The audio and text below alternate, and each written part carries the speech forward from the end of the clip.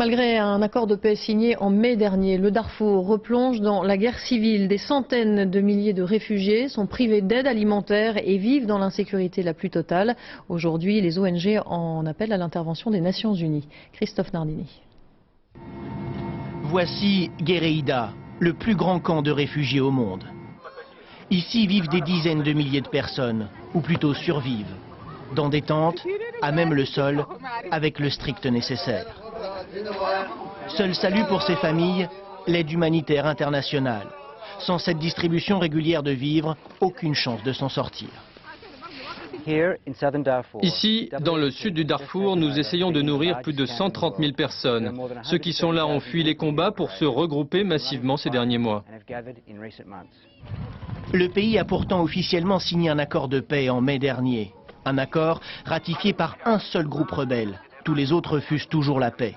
Résultat, le Darfour est en proie à des règlements de compte interethniques. Pire, l'armée soudanaise aurait bombardé ces derniers jours des villages entiers abritant de soi-disant terroristes.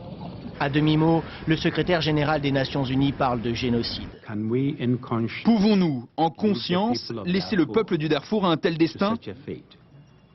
La communauté internationale, après n'avoir pas fait assez pour le peuple du Rwanda, quand il en avait besoin, peut-elle se contenter d'observer alors que la tragédie s'intensifie ? Il n'est plus temps de s'en tenir aux demi-mesures ou de repousser les débats. Face à de telles exactions, le Conseil de sécurité a voté la résolution 1706. Elle prévoit d'envoyer 20 000 casques bleus pour protéger la population. Pour le Soudan, une ingérence inacceptable. En adoptant la résolution 1706, le Conseil de sécurité a délibérément pris des mesures hâtives, sans discuter du contexte politique avec les différentes parties impliquées, pas même avec le gouvernement soudanais. Depuis, le conflit est entré dans une nouvelle spirale de violence, à tel point que les ONG envisagent de quitter le pays, et ce malgré la détresse et la famine qui menacent. Ces 3 derniers mois, nous avons été incapables de venir en aide à quelques 350 000 réfugiés, incapables d'envoyer nos équipes sur place, tout cela à cause de la violence qui règne ici. 12 des nôtres ont été tués depuis mai. Une insécurité qui rappelle celle des premières heures du conflit en février 2003.